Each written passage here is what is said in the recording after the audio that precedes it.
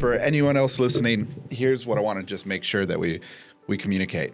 If you don't have that person around you who believes in you, if you're thinking to yourself, hey, I don't have the mentorship, I don't have the guidance, realize that even our episode here is meant to be that virtual wisdom for you from Laura straight into your ears so you can hear somebody say, you're worth giving yourself a chance.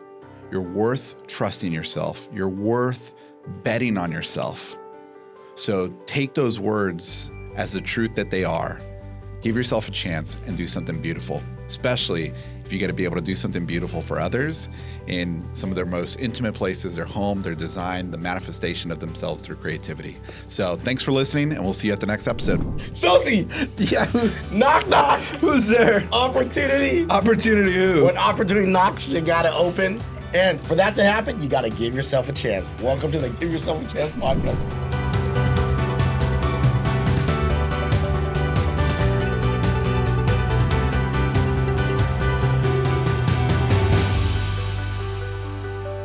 I butchered that joke. I was like, because I was very last minute, what am I gonna say? I love it. I love that one. I love the energy. Yeah, I don't think I've heard you use that joke ever. I know, it just came on top of my head right now. I never hear you do Wow. knock-knock jokes, period. I know. I want to hear more of those. You're going to have to do one of those every other show.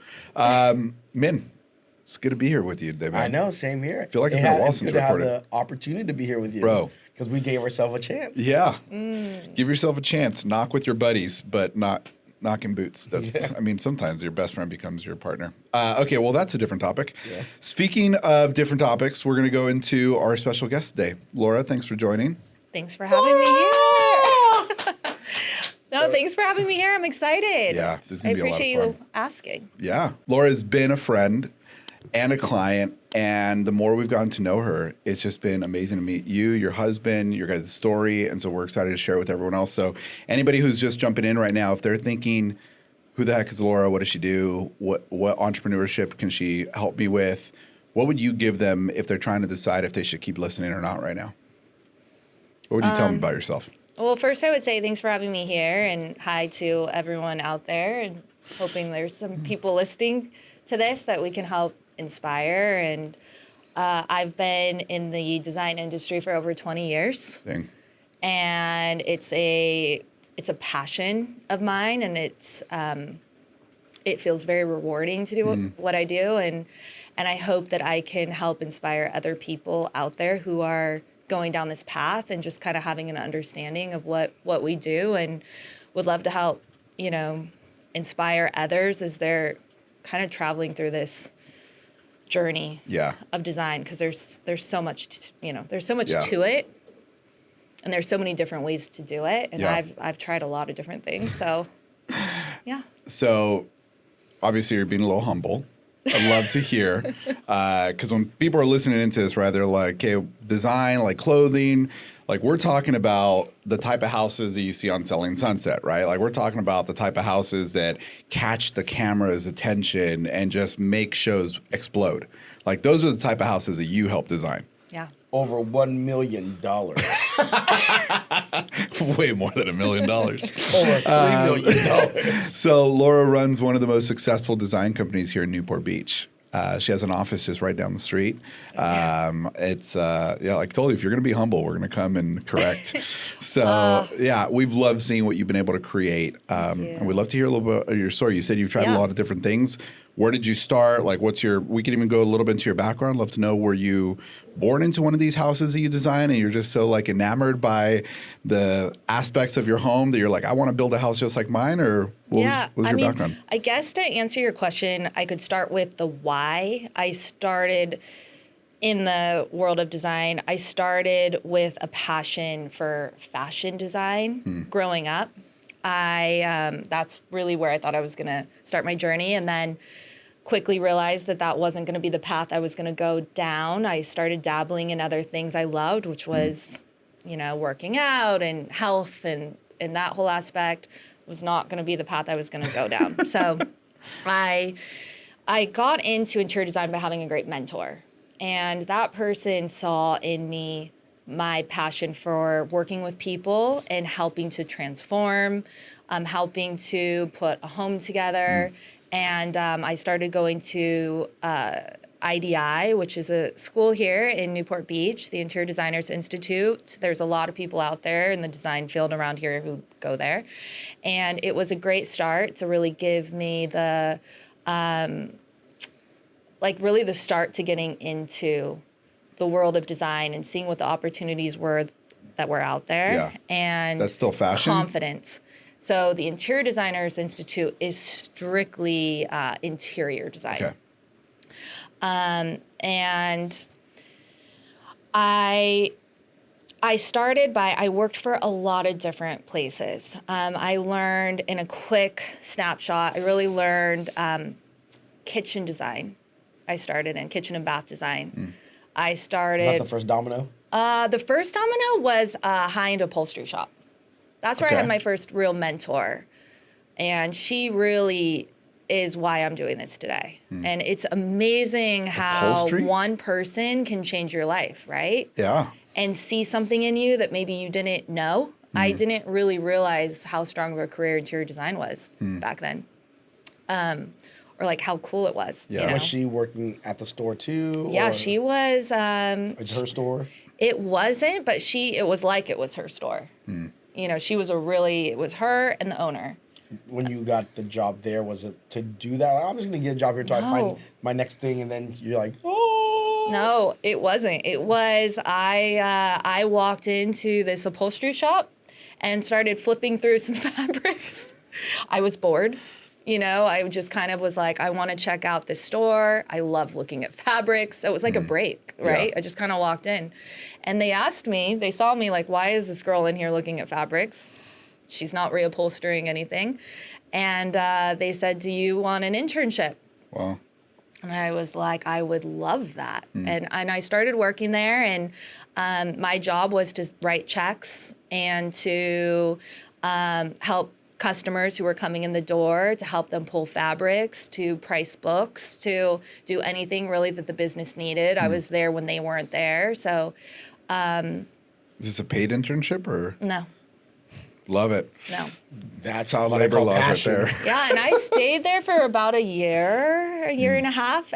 But that's where, while I was there, she said, you know, do you know about the Interior Designers Institute? I didn't. wow. My mom and I went there, and I was so enamored. I was walking around seeing like, wow, like this is such a cool field. It's like Yeah. I got my spark back. Yeah. Because fashion growing up, that's what I was surrounded by. You know, my grandmother was a fashion designer. I've had a lot of inspiration from her. She made all of her clothes. She was a model. I really looked up to her. So I loved the creativity. Yeah. So then seeing the home side of it, I was like, this is just as inspiring. Yeah. That's awesome. Yeah. So then you went to IDI, and then after that you did corporate work for I how did long? a lot of corporate. I Like when we talk worked- about corporate, were you designing kitchens from like Best Buy, or what corporate are we talking about? So back in the day, there was a store called Expo Design Center. Okay. Yeah. And it was a high-end Home Depot. And I started in the countertop department. So I was selling countertops to people, and it was great. I loved it. You know, everything I've done in this field, really, I've loved it. Yeah. It's very intimate. You are making decisions for people that are very expensive. Yeah. So at 19, 20 years long-lasting. old, I'm telling people what countertops to put in their Yeah. kitchen, their bathrooms. I was very focused on the customer service aspect and really understanding people and getting a sense for how they like to buy, how they make decisions, how to communicate with them. It was a really amazing learning experience for me. And eventually there was a store manager who came on there who became also a mentor to me. And she saw my passion, Yeah. and which means the world, right? When someone can see something in you. Yeah. And so she actually brought me down, and I started working in the design department, which was huge. Yeah. I mean, it was a dream. Like the entire home design. So Got there's it. like a room down there where you're now with the big dogs. You know, I would call them. I would be like, okay, I'm with like the big dogs. I'm with people I want to be around that Yeah. are really inspirational to me. And so I had a senior designer who I worked under, and I would do every single thing I possibly could to like work on every single project from beginning to end. And then eventually I became a designer. So, and then When are you labeled the designer? Like, what is there like? What makes you the designer? Okay, well, it became, instead of me being under a senior, I now had the ability to be on my own. Okay.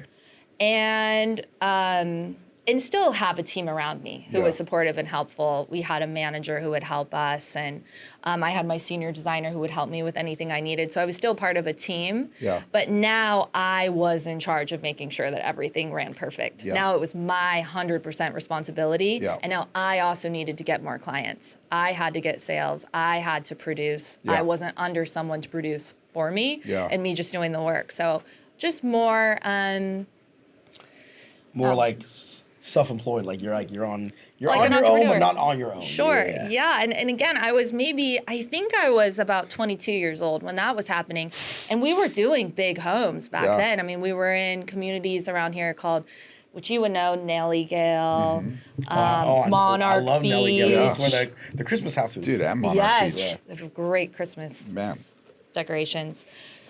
So, beautiful So homes. I really we should learned that. clarify for the audience too. I mean, what's the price point of those homes back? well, back then, they were was probably like- $1 million. Yeah. They're Now, like in the gotta be 10. 10. Yeah. 10. It's changed a lot. yeah, those We're are really kind of dating homes you worked ourselves. on. We are. Inflation. We won't talk about the presidential debates. Okay, so you're in corporate world. How long are you there before you start your own business? Yeah, so I went to a lot of different, worked for a lot of different amazing companies, including boutique design firms. So I really loved learning, but I also loved doing. So it wasn't just about learning it; it was also about experiencing it. Yeah. Before I was doing it, when Laura Brophy Interiors started, it started 7 years ago. Before COVID was happening, obviously. Yeah. I left a boutique design firm that I had gone to, and really, while I was there, quickly realized I'd already really like gone up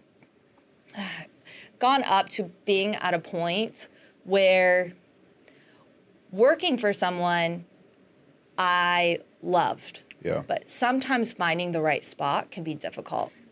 And I think because I had so much experience, finding exactly what I was looking for didn't exist.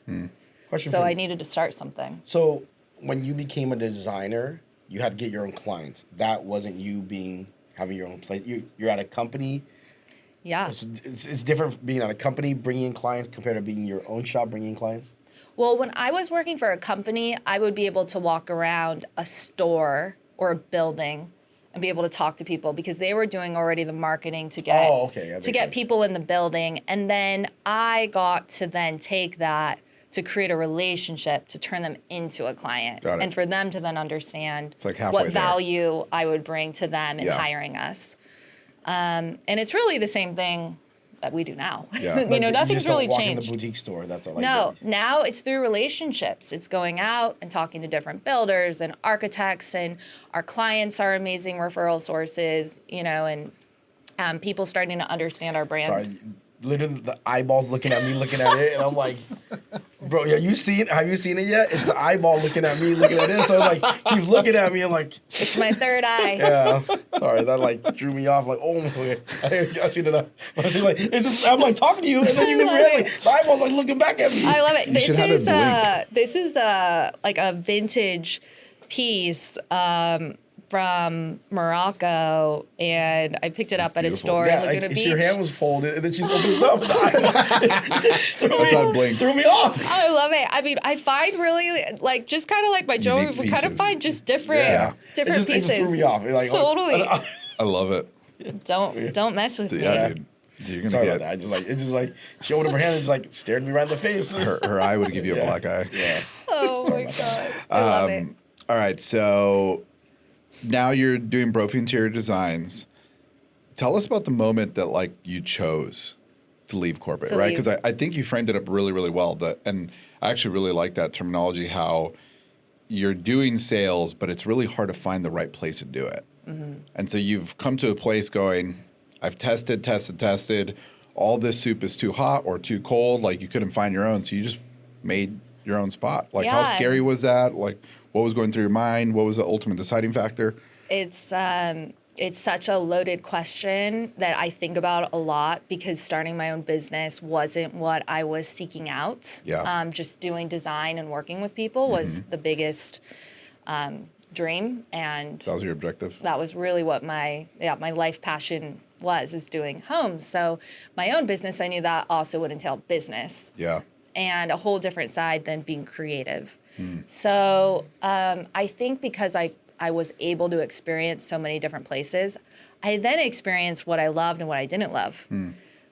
Right? So, and everywhere you go, there's so many different and bad. aspects. There's Yeah. good and bad. And Yeah. I think in the end, I didn't realize that Laura Brophy Interiors was going to become, to be honest, like, my vision was for me to build something with people and create beautiful design that was inspiring, Yeah. and to make people feel great in their environments, and have a team, maybe not, working on several, multiple, and for me not to be 100% involved. And Yeah. and really that vision changes every single year, what we're doing. And now we have a team of 8. We just hired a senior designer onto our team, and she's incredible. She's been doing this, also for a long period of time. We have people on the team that started with me. I have a couple girls, and they are, my rock, Yeah. in the business. And all of us are so passionate and so collaborative together. And when, you can quote, and hopefully I'll remember it correctly, but I think about a quote that Henry Ford said, you start building a team, that's really the start. Yeah. Right? Then you have a team, and you are, you're making progress. But then to have your team be collaborative and working together, like, that's the ultimate goal. And so the That's goal when you hit success. for us was to really be a team where we can work together, Yeah. be super collaborative, inspire each other, use our talents to help each other, not hold things back. Yeah. We're not competitive towards each other. And instead, our goal is to create something that is unique, and we have a vision to create something that's different, that no one's seen, that something that hasn't been done. And that's for every one of our clients. Yeah. And so we all share in the same vision, So if I can ask a question, when I think about creative and then business, those are, I think you were even insinuating to it, right? Those are 2 very different aspects. And so Yeah. when you had to make the decision to take the risk into a place that you might, and I don't want to project here, but from the insinuation, you might feel like, I'm not strong there, I'm scared of the business side. Like, what made you take the risk? What made you comfortable? What advice would you give somebody else who's contemplating the same thing, going, I love design, I haven't found the right fit, I want to take a risk on myself? Like, what would you tell that person? If you have a passion, no matter what, whether someone believes in you or they don't believe in you, do it. Like, listen to yourself. Yeah. And don't rely on other people. People are going to tell you that you can't do something. People are going to say that it's not a good idea. They're going to Yeah. give you 100 reasons why, that's not. It's not gonna happen. When I started Laura Brophy I call them Interiors, haters. They drinking haterade for sure. but some people, it's like I actually, when I started Laura Brophy Interiors, before I went down this journey, I talked to several designers I knew, a lot of people in the industry, and I asked them a lot of questions, and I heard everything. I heard everything that would scare you. Some of it's motivational. Over time you'll get successful. Yeah. I heard so many different things that would maybe stop me from doing it. And sometimes you just have to go, believe in yourself. Yeah. And it's been a roller coaster. There's so many wonderful things in this journey of starting your own business and creating this brand. Yeah. But it doesn't come with, it's not all ups. Yeah. There's a lot of things that you're constantly learning. And when I started it, The hardest part was the business side. And I knew that was going to be the hardest part. Yeah. You know, I already knew that I would need a good accountant. You know, I knew that I would need to invest. Yeah. I know that we would have to live on nothing. I knew we would have to be really scrappy and not live the best, most glamorous life. Yeah. And I was okay with You took that. a step back, so you were at this boutique before you knew you counted the cost. You gave yourself a chance, and you counted the cost. Like, hey, I'm gonna invest, so whatever the way my lifestyle needs to take a back step, and then living in Orange County too. Ooh, that's I know. With all those homes everywhere if you too. did in Like Edmond, Oklahoma, I can believe taking a step back. No one really feel a big difference. Yeah. When Orange County taking a step back, it's like all eyes on you. That's pretty brave. It was terrifying. with your clientele too. Like, with our clientele. Such a high luxury clientele. Sure, but you know, at that time I had been doing it for about 18 years and hadn't figured out where it was like I'm really fortunate. I really got to gain a lot of amazing experience. I worked for some incredible people. That's awesome. Really inspiring people. And to this day, like, so grateful for the experiences that I had. I worked, you know, like we know when you're working for some of these big companies, work extremely hard. And I think through those experiences, I go, you know, it wasn't about money. It really wasn't. Yeah. I've never done anything that I'm doing for money. In fact, that's why we have Rob, because I do so much of what I do for free. Yeah, he's the one who makes sure, you know, because in the end, you know, you're not really happy when you're putting something together and you're just like, I'm slaving away. You only have so much time in the day. I have to manage my time so that I can do amazing work for people. But, you know, it's easy for me to be like, oh, I just want to help. Sure. Yeah. Rob, good deal with it. Rob's your husband. We haven't talked about him yet on the show, so just for anybody listening, Rob is her bodyguard, the equalizer. He is the big muscle. Bone collector. The bone collector. The breaker of legs. Yeah, I know. He's fantastic. I actually want to chat about him in a moment here too. But to go back, it's great to see somebody who is looking back at their history and wanting to just honor those relationships that have invested so much in, because we don't hear a lot of people who really give credit to mentors for what their success has been. And so I think there's a lot of wisdom in being able to gather wisdom that other people have experienced and passed on instead of you having to go through it yourself too, right? And so I think that's beautiful. And in light of that, I also don't want to overlook the fact that as we're talking about haters, you seem to have a really good strength to not even drink your own haterade. And what I mean by that is a lot of times I know from what I've experienced, from what I've heard men experience, sometimes we're our own haters. And we make ourselves doubt if we can actually do something. And we're having to like psych ourselves out and convince ourselves. You seem like you haven't really struggled with that as difficult, or maybe you haven't mentioned yet. But whenever you do struggle with those, if you do, how do you deal with it? Because you've been navigating this so strongly.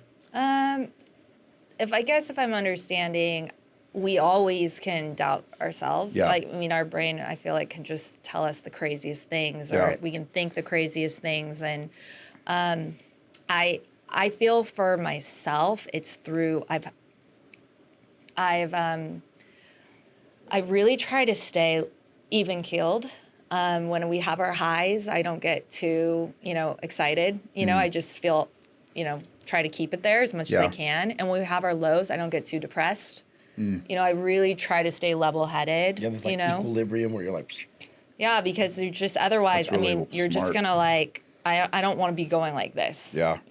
And so that's kind of, and you think about my industry. Yeah. When you're working on a project from beginning to finish, from inception to like it's dirt to now it's this beautiful dream home. To this window. Yeah, there's going to be ups and downs, that are going to happen. And so just like with that, that's just what life is. Yeah. And I'm grateful for that. I'm grateful for the ups and the downs, because the downs are equally as great as the ups. Yeah. As long as you are learning from it and you're pushing through. And that's part of being an entrepreneur, is pushing through those crazy, awful times. Yeah. Do you ever run into like when you're based on referrals, like you get a project was too overwhelmed. Like, man, I don't know if I can like knock this one out, or like, hey, if I do it, like the fear about the next big project, like, am I going to get the next one if I don't do this one right? Did you deal with a lot of that? Because the boutique was the brand that, okay, I'm representing the brand, no big deal, the brand holds up. As yourself, is it different? To be honest, I feel as though a 30,000 square foot home is similar to a 4,000 square foot home.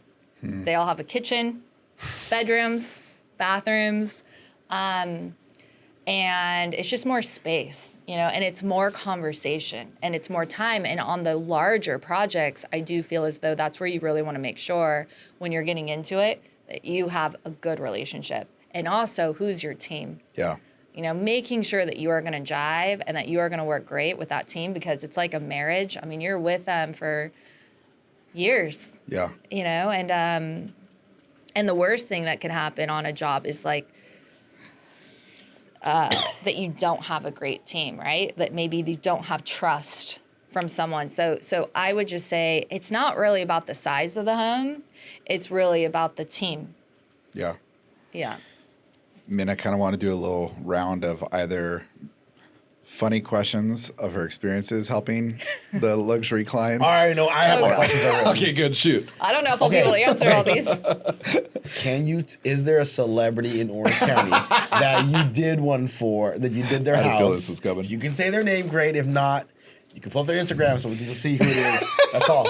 If there is someone, I get excited. Oh my God, it's so-so. Is there anyone that... Yeah, well, I would say in our brand now, there's been influencers that we have worked with. But there's also, to be honest with you, a lot of our clients are very, we have a lot of big professionals, if that makes sense. So people that work or CEOs for large companies. Like what company?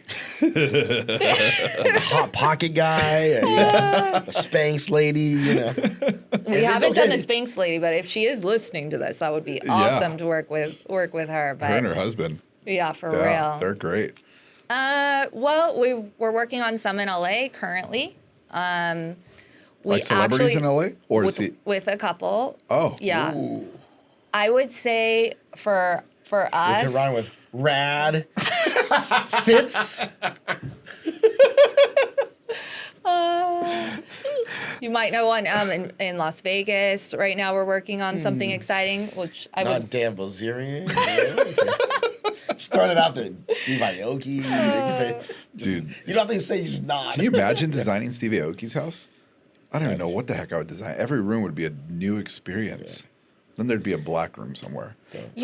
More important than the celebrity status, I would say our clients are really stylish. We have really stylish clients when they come to us, which is a great place for us to be, because when we're working with them, it's not like we're going, oh my God, get rid of the brown carpet. We're able to really mesh together. And it's like a respectful, great relationship. In my past, I've worked with a lot of celebrity clients, and good and bad. It's not Can you say really any about of their names, since they're not your clients anymore. At the other companies. If not, people it's okay. Related to Jennifer Lopez. Oh, and close to that. Love that. But honestly, a lot of these helping Leonardo DiCaprio, but a lot of these people we don't actually get to see, right? Oh, really? You just so with you're their working team. with a team of people. Got it. Yeah, and that's through firms that I've worked for. Yeah. And to be honest, I really like to be a little bit more hands-on with the client. Yeah. Or be on doing a development project where we get to exercise our design muscle. We get to really lead it. That's cool too. Cool. Yeah. Any business questions you have? I got other ones like, is there anything absurd that they've asked for? So my friend, his friend is the guy who owns he owns Maui and Son, and I know he went to Italy and he had a church door. He bought the church just to get the church door and put it in his house. That like anything cool. that crazy? Yeah, usually we do have requests on every project, and sometimes there are requests where you're like, "Ooh, how are we going to do this?" We just finished one with our client. He's the owner of Ola. It's a restaurant over in Pacific City and Mahe. Okay. And Both actually, good he has a spots. few other Yeah. that he's an investor Ola. in, I believe. Yeah, it's a great restaurant. We just finished up their house and had a reveal. And one of the first requests was they have thousands of shelves. And they wanted us to design a bookcase or a way to display their shelves in an open hallway. And like I said, thousands of seashells. And to be honest, it's not one of those things where you see our firm design much with shelves. Like we don't, take living by the beach so literal that we're putting shelves everywhere. So the thought of that was kind of like, okay, how are we gonna do that? So we ended up putting together a beautiful display case. It's like a jewelry case that we had all of the shells laid out. Wow. Almost like it's pieces of jewelry. That's and beautiful. It looks like when you go up their beautiful curved staircase and you go up and you see the hallway with, some beautiful pottery and, pieces that we have found and curated for them. You see this whole row where you can pull out their shells and it looks like a museum. You feel like, wow, it's so special and meaningful. And when we did the reveal and they went up and they got to see that, all through your head. it was, one of those moments where you're like, this is why we do what we do. That's awesome. Is to do things that people just didn't even know that they couldn't think to do something like that. Yeah.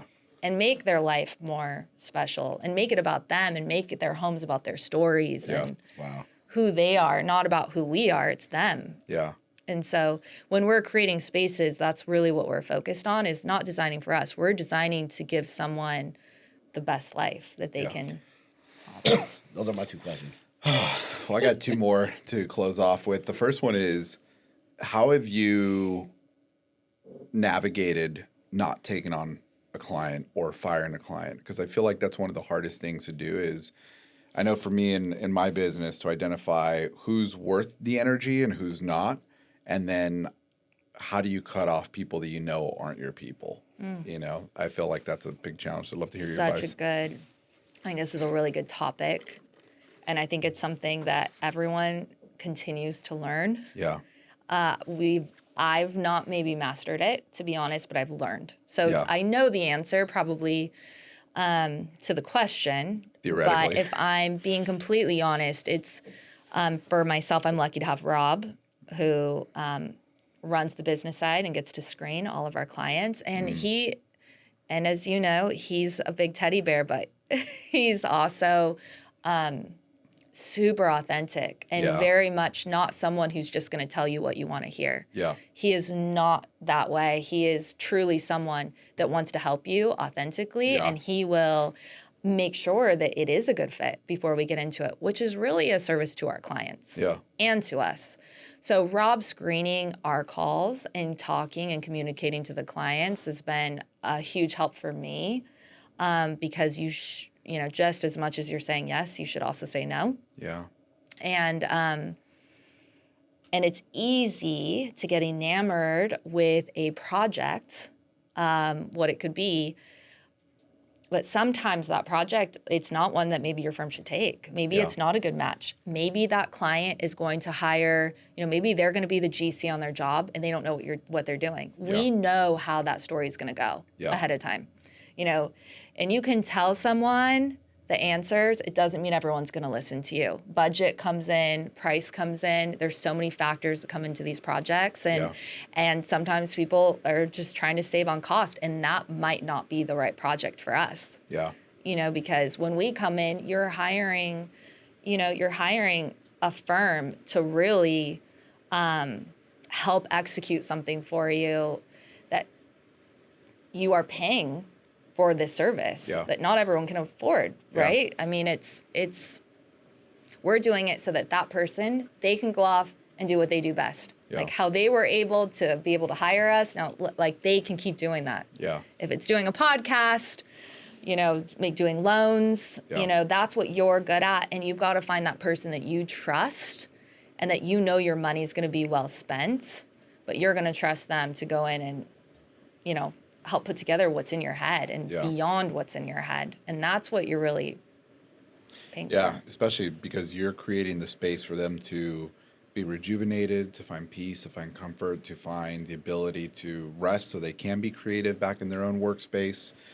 You're giving them a huge gift. And so there is a lot of value in finding that right person. And so speaking of right person, my second question here is, Rob, we've had a lot of successful females on this podcast, which have been really neat to just see the struggles that you guys have and how different it is. And in yours, it's very unique because you have a very strong male who has just taken, he's in the shadows. You don't really see him.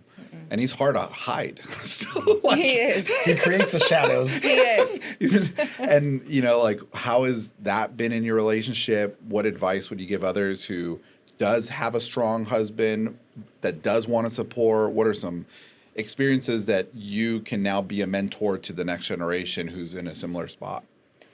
It's amazing.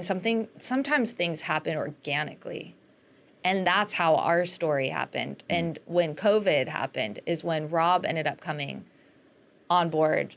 And it was perfect timing. It worked seamlessly with what Rob was doing and being, a recruiter for finance and accounting and them making shifts into wanting to change departments and him having to make a decision. Do I go down that road? Yeah. Or do I come over and help my wife with her dream and, in building Laura Brophy Interiors? And it started out with he wasn't going to stay.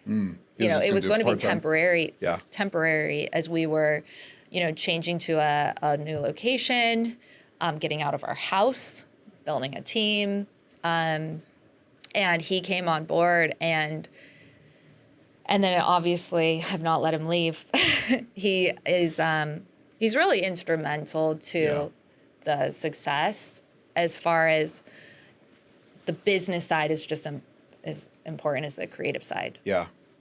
Now you're also doing Brophy Market. Yes, so we're doing Brophy Market, which is also down the street. Yeah. That evolved from our main business being high-end luxury design, doing some commercial, boutiques, et cetera. And it came with us starting with a pop-up. And that pop-up then we got offered to keep the space. And it was like game time decision. Do we do this? And we decided, let's move the team over here. We're growing. So we moved our team. We still have our original location. Shout out to Toes on the Nose. They're owner. They're a surf brand that's incredible, coolest owners. So we never want to leave them. They're insanely amazing people. Yeah. And Brophy Market came, and we now have gotten to elevate our business by people being able to come in and sit on pieces. Wow, they get to see, So it's some vintage finds. It's a showroom, and it's by appointment only. And we have it as by appointment only so that we can really stay to what we're truly good at, which is working with our clients and interior design. So that's our focus. And then Brophy Market's there for us to elevate our client experiences and then open it up to people that maybe can't afford an interior designer. And that's something I wanted to make sure we could offer, is a place that people can come, they can find curated pieces, some bespoke pieces, and really add to what they have. And by appointment only makes it so that we can give them a better experience. And honestly, sometimes we only have one person a week. Yeah. Sometimes we have 2 people a month that come in. And our vision is, once we kind of have this down, we will continue growing this leg of our business, but we want to always stay authentic to what we're really good at, and then keep the intimate one-on-one expanding. Yeah, your client experience focus is beautiful. Cool. Any last words? I would actually love to give a shout out to you.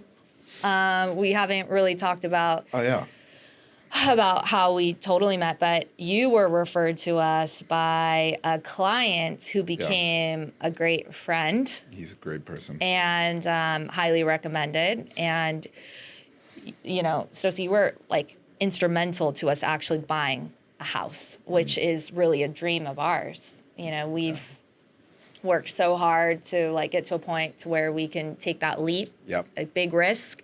And you really helped us get into a home that we probably wouldn't have been able to get into if we didn't have your support and your help and you getting through a loan that probably most people would never be able to do. And the your availability with, you know, Rob would call you, and I have to admit, like we were talking about, he's, you know, Rob's like pretty intense in a good way, but like he has a vision or a thought of how it should go. And you, like, I would listen to you guys on the phone and I'm like, I'm getting this loan done now.